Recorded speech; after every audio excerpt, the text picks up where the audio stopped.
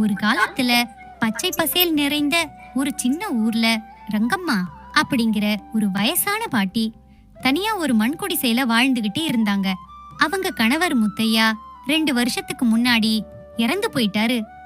சொத்து செல்வம் எதுவுமே இல்ல. ஆனா மனசு மட்டும் ரொம்ப பெருசு. ஒரு நாள் சாயந்திரம் ரங்கம்மா பாட்டி குடிசை வாசல்ல அமைதியா உட்காந்து வானத்தை பார்த்துக்கிட்டு இருந்தாங்க.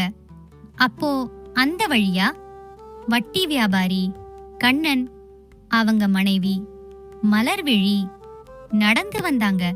ஏங்க பாருங்க, இந்த பாட்டி இன்னும் இந்த குடிசையை விட்டு போகலையே. மீனாட்சி மெதுவா எழுந்து, வேங்கய்யா, உள்ள வாங்க அப்படின்னு சொன்னாங்க. இது என்ன உன்னோட வீடா? இந்த நிலம் எங்களுக்கு சொந்தம்.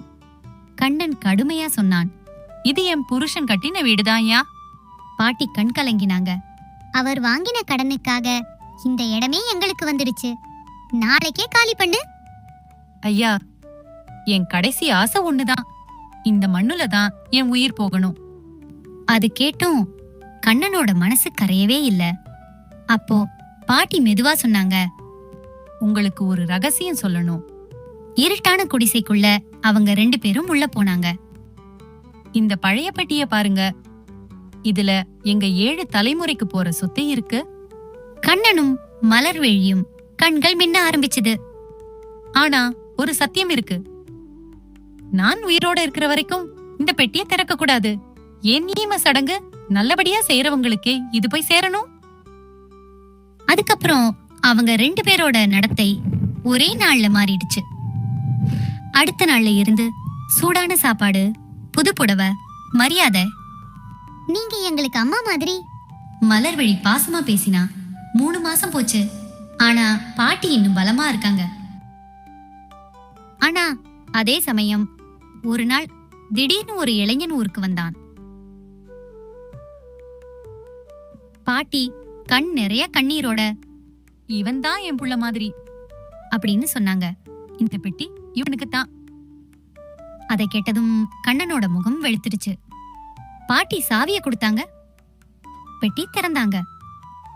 உள்ள இருந்தது சில பழைய செம்பு காசுகள், 2 வெள்ளி வளையல்கள், ஒரு பழைய கடன் பத்திரம்.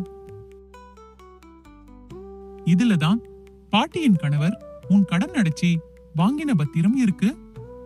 ஊர்ல எல்லாரையும் ஏமாத்தி வீட்டை வாங்குறது எங்களுக்கு தெரியும். செல்வா அமைதியா சொன்னான். பாட்டி மெதுவா சிரிச்சாங்க.